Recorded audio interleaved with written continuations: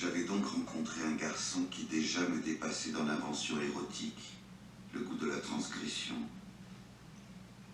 Je m'interdisais d'y voir autre chose qu'un jeu dangereux qui, à tout instant, me laisserait pantelant le matin poisseux d'un départ précipité sans retour.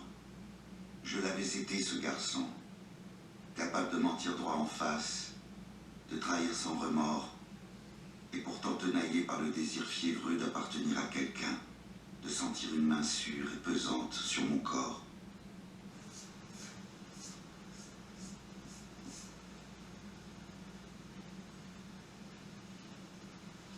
Alberto m'avait initié à l'amour, au nom des fleurs, et aux poètes comme Novalis et Denis.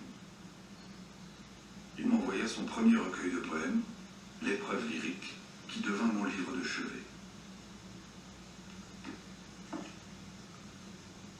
Une lettre l'accompagnait, me disant qu'il devrait passer l'été au Portugal et qu'on se retrouverait à l'automne.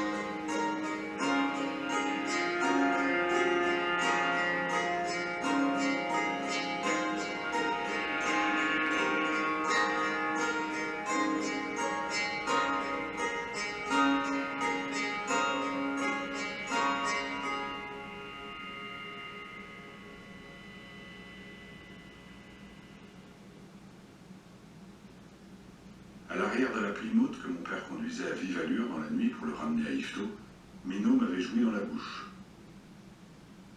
Son foutre, à cause de la journée passée en forêt, avait le goût de faine.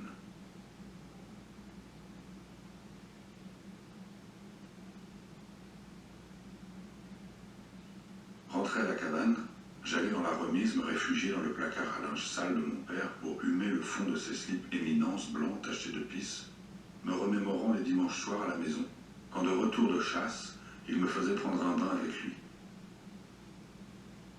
L'eau grossissait son sexe, qu'il caressait, et qui m'apparaissait comme la chose la plus captivante au monde.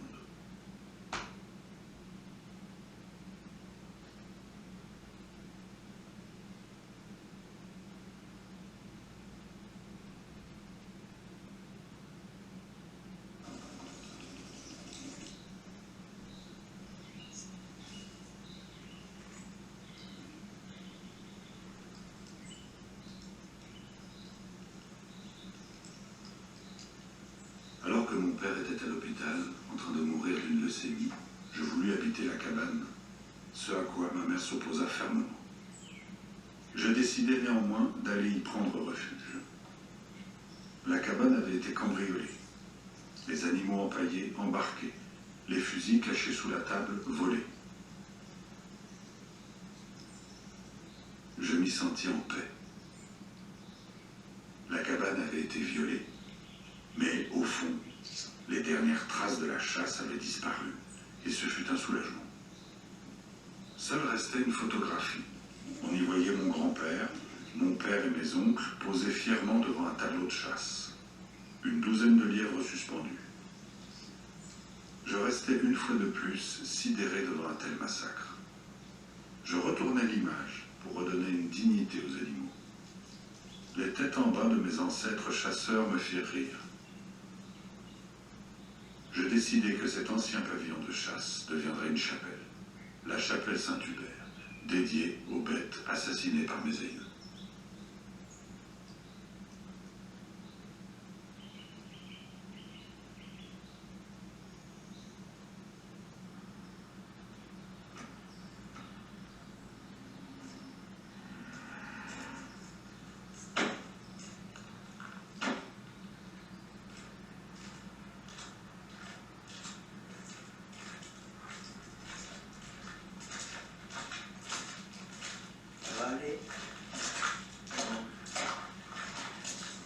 Bonjour, monsieur Aubry.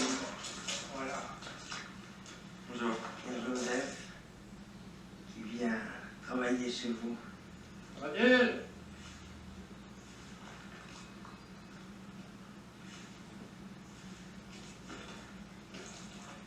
Bonjour. Bonjour, madame. Monsieur. Bonjour. Pierre-Joseph. Enchanté. Voilà, il vient travailler chez vous, faire son apprentissage. Très bien. Bienvenue, on va vous faire visiter les